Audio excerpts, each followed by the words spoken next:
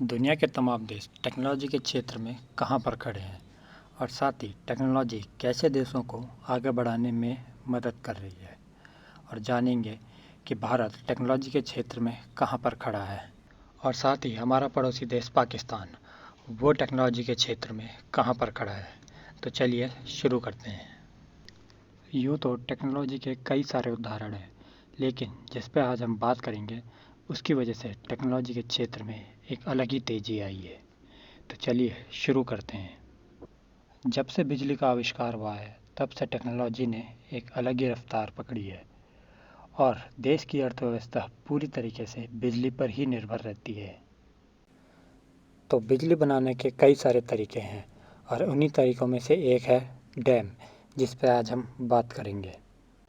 दुनिया में सबसे ज़्यादा डैम अमेरिका, चीन और भारत में है, लेकिन पिछले कई दशकों से विकसित देशों ने यह जाना है कि डैम को तोड़ना डैम के रखरखाव या उनके रिपेयर से कहीं ज़्यादा सस्ता होता है।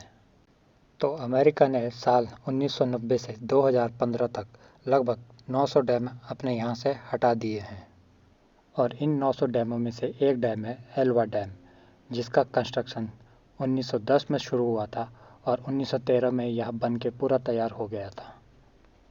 एल्वा डैम एल्वा रिवर पे बना हुआ है, जो कि अमेरिका के वाशिंगटन स्टेट में स्थित है।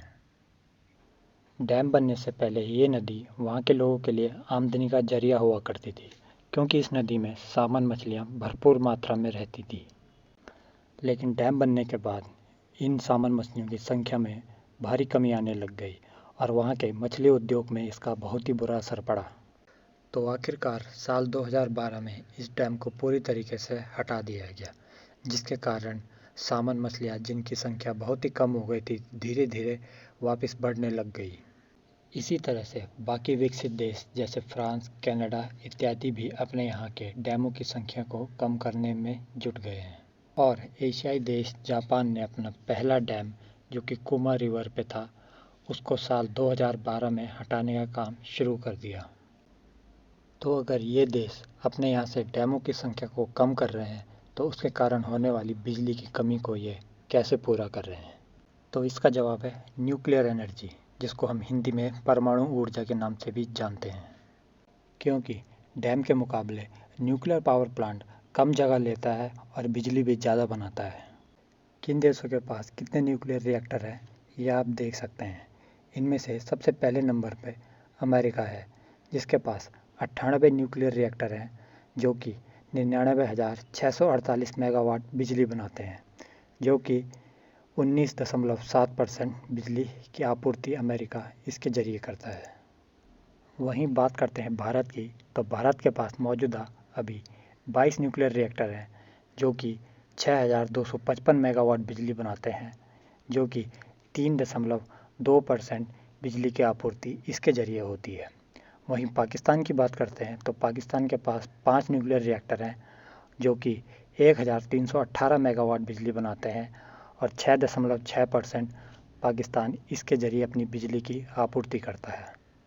जैसे कि आप लोग जानते हैं कि पाकिस्तान 2018 से डैम बनाने के लिए अपने ही लोगों से चंदे इकट्ठा कर रहा है।